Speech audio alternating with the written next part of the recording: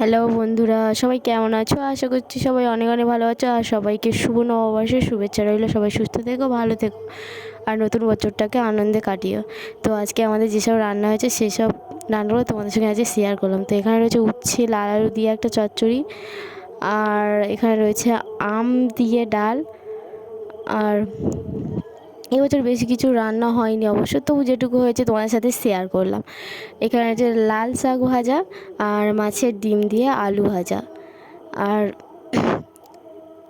বেশি কিছু করতে পারিনি, এবছর একটু অসুবিধা ছিল, তার জন্য প্রত্যেক বছর একটু হয়। আর তো এখানে রয়েছে কুমড়ো পুঁই শাক আলু দিয়ে চিংড়ি দিয়ে একটা মানে ঘন্ট বলে, ঘন্ট মতো।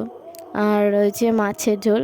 আর যেহেতু আমাদের বাড়িতে শুভ নববর্ষে মানে পয়লা বৈশাখে মাংসটা হয় না, তাই মাছটাই হয়, মাংসটা আমাদের বাড়িতে হয় না।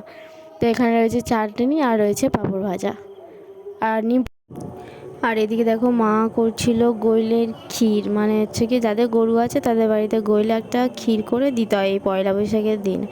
তো মা এদিকে ক্ষীর তৈরি করা হয়ে গেছিলো, অবশ্য আমি টাইম পাইনি দেখানোর জন্য। তো এদিকে ক্ষীর তৈরি করে পুজো দেওয়া হয়ে গেল।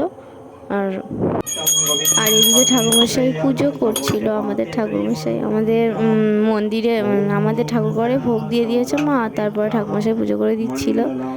দেখো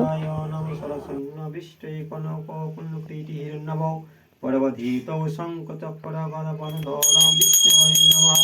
ওম সবশিরিষপুরুষং সহস্রচক্রং সহস্রপাদো স ভূমিরগত্যরিদশালম্বনং ওম